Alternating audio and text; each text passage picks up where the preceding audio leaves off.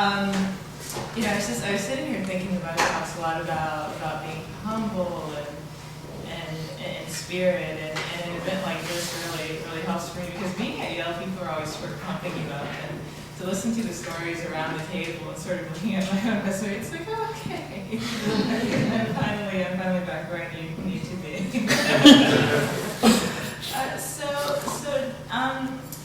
When I was here as an undergrad, well, first, I'm still here. I'm in the School of Management now, graduating this May.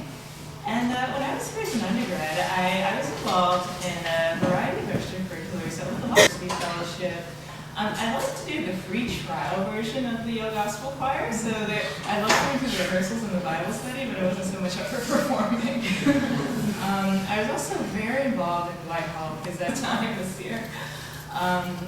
And I was also involved in an organization called Green Pioneers. I was also involved in the Yale Model Congress and the Free Law Society, which is a very interesting story, because I came here very much political science or ethics, politics, and economics major, wanting to go to law school, wanting to go into politics. I got a little jaded in intro poli-sci by the system, and realized that one effective way, not necessarily the best way, but for me personally, the way that I think, it seemed to me that instead of trying to change laws, I would be better served by trying to change the flow of resources into low-income communities. So I left the law school track, sort of, went to the economics major.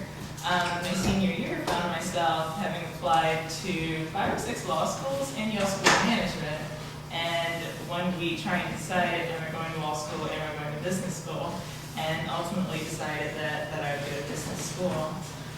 So since I've been at the School of Management, I've been studying nonprofit management and marketing. I've been very involved in the Christian Fellowship there. We actually, just this weekend, put on a conference called Believers in Business, and it was an incredibly transformative event. It was well beyond anything that I could have done to make it so. So that was a real blessing, and just talking about marrying calling and vocation, and looking for ways to make that more congruent, looking for ways to get that spiritual balance. And this June, actually, I'll be starting work in Hartford at the Travelers Company's doing product development national strategy for their auto insurance portfolio. And this is particularly exciting for me, because I came to Yale knowing that I wanted to do something with low-income people. Being in the economics major, I realized that economic empowerment is a really important piece of that, and I started looking for ways to do that. Financial model that can help to transfer resources in different direction. And then found myself quite haphazardly in insurance, because I'll be very much going to marketing. And so likewise with insurance, I was looking very much at marketing and nonprofit jobs. Through my name in the Travelers hat, and found out that was actually a really great opportunity for me, just because there is something in this business model of risk pooling and common funds, and it just sounds a lot to me like the Acts 2 church. So I think there's something there that I'm going to learn, and I'm very excited about that opportunity. And the company, because I applied as a Silver Scholar, I don't have the kind of job experience that a lot of MBAs do coming into the company, and they were the only company that I interviewed with that was really willing to take my resume, to pull the skills out of that, and say, okay, we'll create a job for you, because we don't really have something in our program that we can slot you into, so we're going to wrap around you what we think that you'll excel in. So that has been a true blessing. I have a lot of defining moments at Yale, and I described them pretty well in my bio, so I won't go into the details there. Another fun defining moment at Yale, so much what we've heard around the table, is I also met my husband here. He was J06, and he actually proposed in Harkness Tower with Casey and JoJo's all my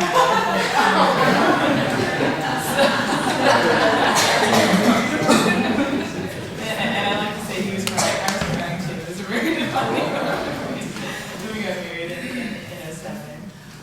Here, if anybody wants to ask, or if you don't want to hear me talk, I'll email it to you, because I got so much about it that I actually kept it up, sort of fanning the smoke off of my clothes from being here. I do have pretty strong opinions about a different approach to taking advantage of the opportunities there, and I'm happy to talk more about that later. But the main takeaway is, as many people have said, that mentors are so important. Having someone who's willing to talk to you, and they don't have to be in a position of absolute wisdom, but just someone who's going to hear you out and let you bounce around these ideas is just so important in helping you to chart that path. And especially on two levels. There's one on the what is it that I want to do level, and that can be like from whatever kind of spiritual background that you want to juggle with that question, and also on the how do I get there level. I think both of those are very important. And I think, in my personal opinion, starting at the top down, spiritually, what do I want my life to mean? What is it that I'm living for? And then letting that inform what exactly am I going to do and what should that look like. I think is a very good way to approach the question. And as I was saying, mentors in the house, in the area, and in your family are just very important for helping you to chart out that path. Fantastic. I really appreciate y'all being here. I know you've been in class all day, so I just want to, all of us want to give you all recognition for taking some extra time to be with us. All right, sit back there. Seating, so I'm going to move around a little bit. I want to talk about a couple of things that number one, I have to co-sign what everyone has already said about the value of us all coming together and the uniqueness of this. One of the things about being at Yale, I believe, is that you find yourself in a minority. No matter where you come from, you're a minority within a minority. And a lot of times when you have the ideas and the initiation, you may find that there's some isolation within that. And so I have to, definitely echo Kim's sentiment about mentoring, finding a mentor.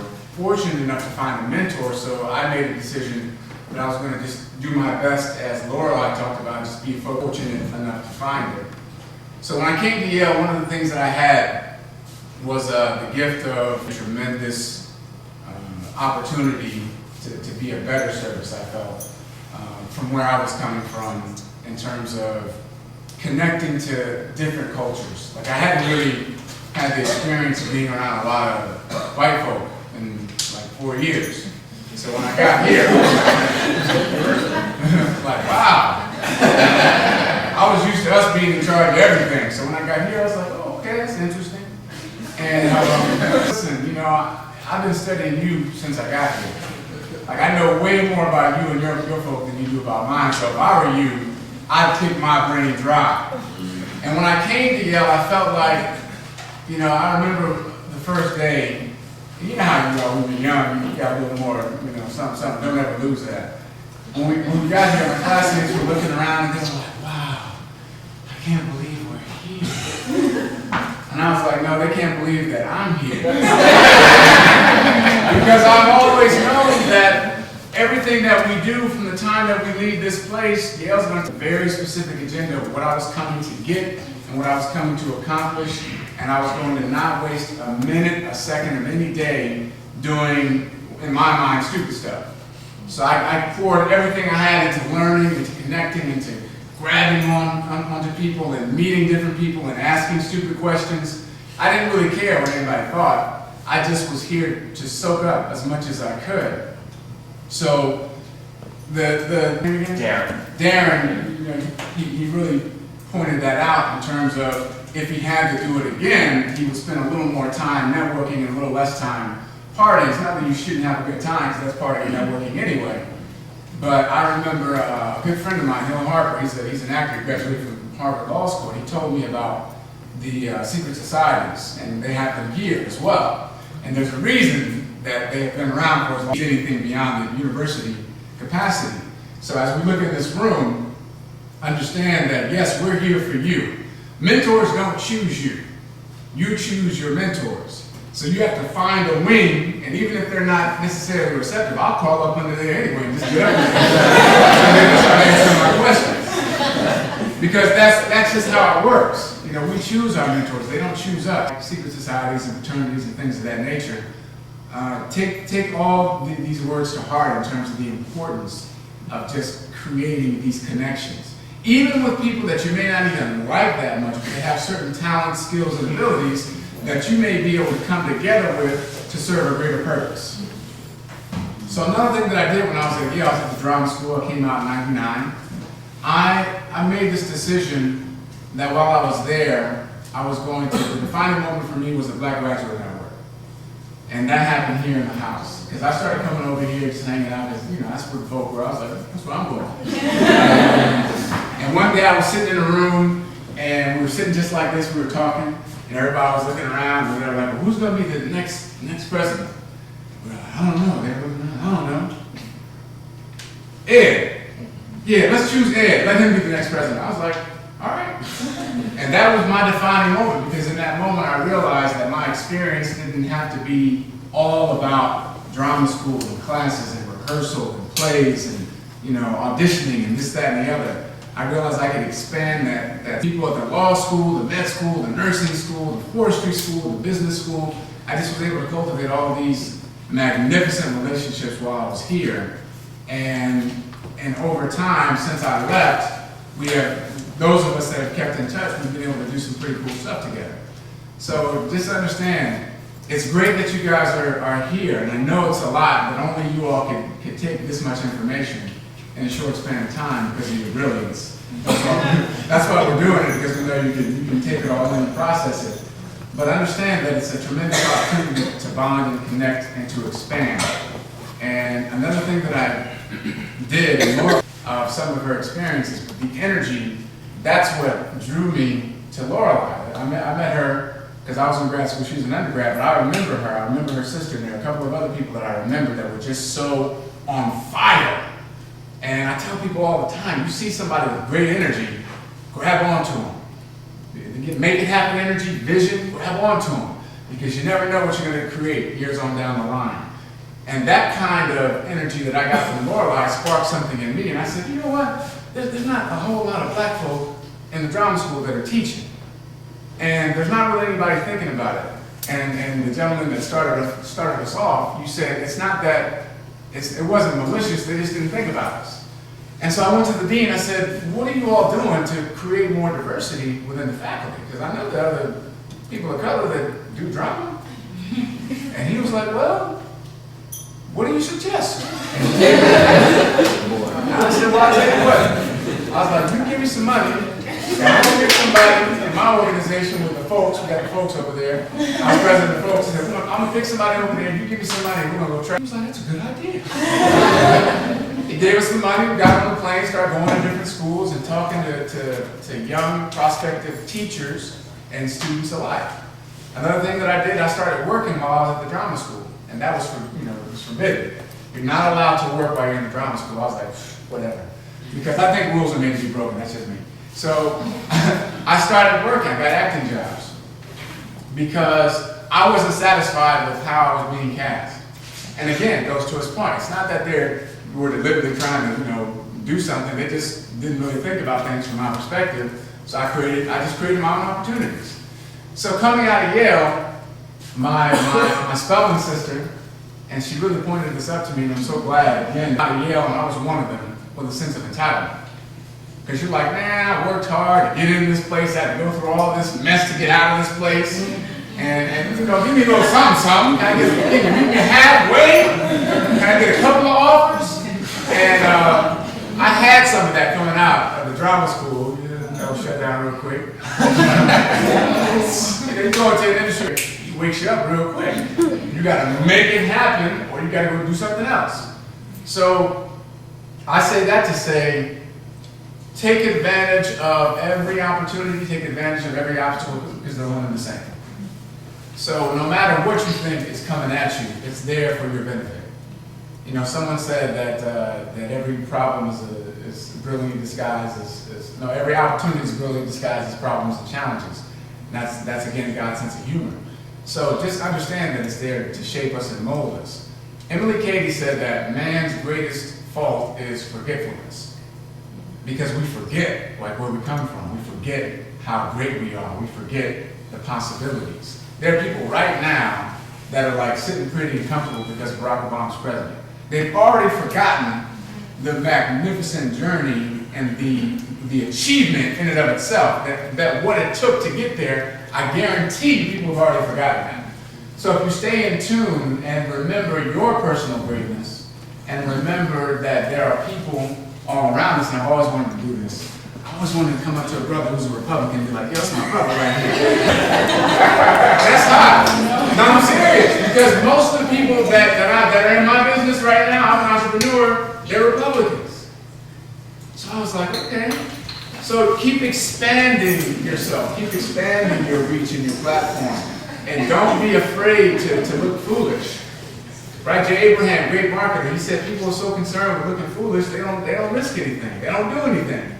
Don't be reasonable, please. Reasonable people never get anything done. They're too busy being polite, trying to be all, fit in. They don't want to stand out. Forget about all that. Be a fool, not be a fool. Don't be afraid to fail. Don't be afraid to look foolish doing something that's significant. All right, because it's going to happen. Everybody in this room will tell you, we've all fallen on our face plenty of times. It's not part of the plan, it just happens. But once you learn to embrace it and you have some fun with it, then you just get better and it happens less and less and less. So I'm really excited for all of you because I see a lot of light in this room. I see a lot of opportunity in this room. I see a lot of ideas in this room. And Miles Monroe said the richest place in the world, it's not the diamond mines in South Africa, it's not the oil wells in Texas, it's the graveyard. Because that's where you're going to find all the ideas never acted upon, books never written, songs never sung, dreams never fulfilled. So don't take your stuff to the grave with you. Live it out loud. Bring it out here. Even if you think it's not ready yet, go ahead and find out. And if it's not, put it back in there, we're going to try it again. All right? I was probably one of the first black editors of the Yale Daily News, and overnight, the entire sports staff was black. And you find in the next thing you know, the whole neighborhood is black. But I'm proud of that because I became the editor, and we must have had about 4, 5, 6 writers, black writers, and we really populated that Daily News building like it had never been before. But I don't think that exists anymore. the sports office is still on the second floor there, so the entire second floor, you had black folks from Trumbull and Berkeley, and we all gathered there every night to put your paper out. And it's very interesting in those times because a lot of our black athlete friends were going overboard. We had some people who thought that we were too pro-black on that sports page. And I think objectively, I don't think we were pro-black. It's just that a lot of times black athletes were easily to identify in photographs. Easily identified. Yale sports, Washington sports, Atlanta sports. I knew about your record. I knew about how you were fired the coach. My game was his last game, but I knew it was my last. Joe must go.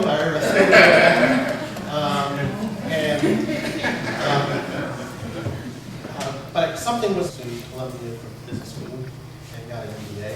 I was fortunate enough to get a fellowship, and then I joined what's now J.P. Morgan Chase, and I became an investment banker, and I was there for 27 years until I retired last year. I retired before the current crisis, so I am glad that I'm not involved in what's going on now. I hear all the stories about the hell on Wall Street and the severity of the crisis and things like that. So I'm not because I missed it.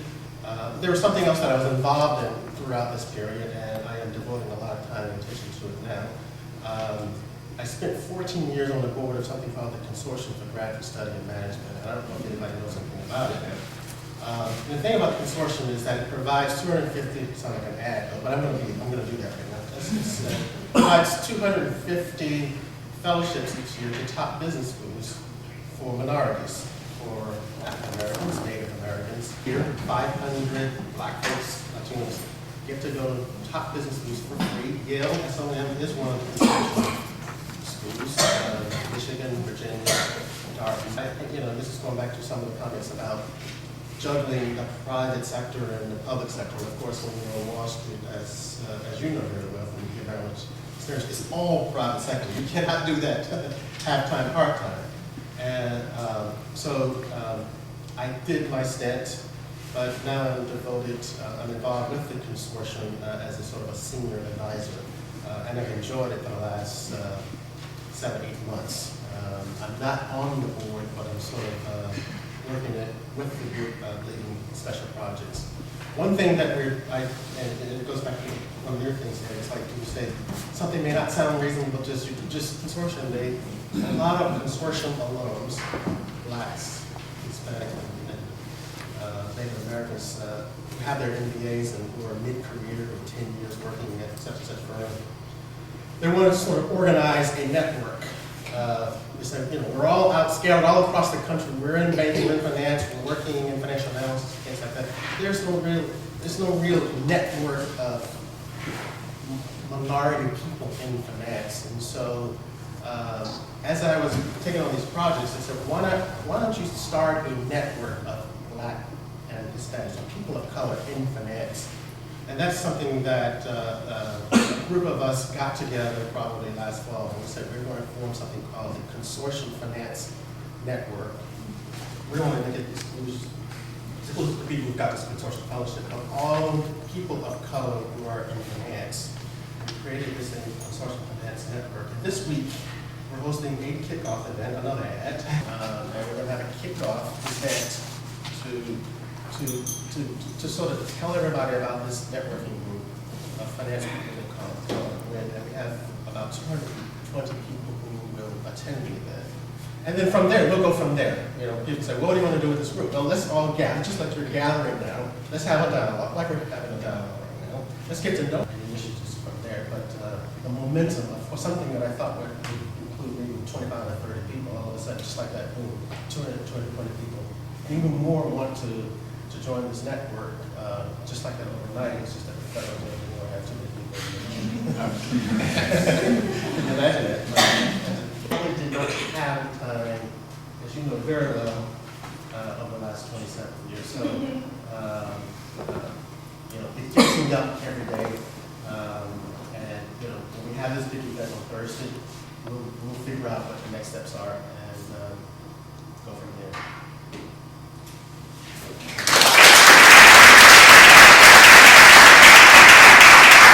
1, 2, and 3, the CDD program my company has. So all you gotta do is put your name, and the good, and the beautiful, and the bad, all of it put together, everybody. So that gave me like that added push. So I had a lot of rich experiences. August Wilson and I sat at his feet. He would tell me stories of how he developed as a poet and then a playwright. I got to do a lot of his plays. I worked with some great directors, went to England and Russia, did Shakespeare and classical plays. The best of the best at what they do, and television as well. So I always felt that it gave me a tremendous advantage, tremendous. More than happy to, meet with people or anything. And actually, I would love to be a part of the network, the consortium. I actually was really sad because the consortium is awesome, and I didn't know about it until after I got into business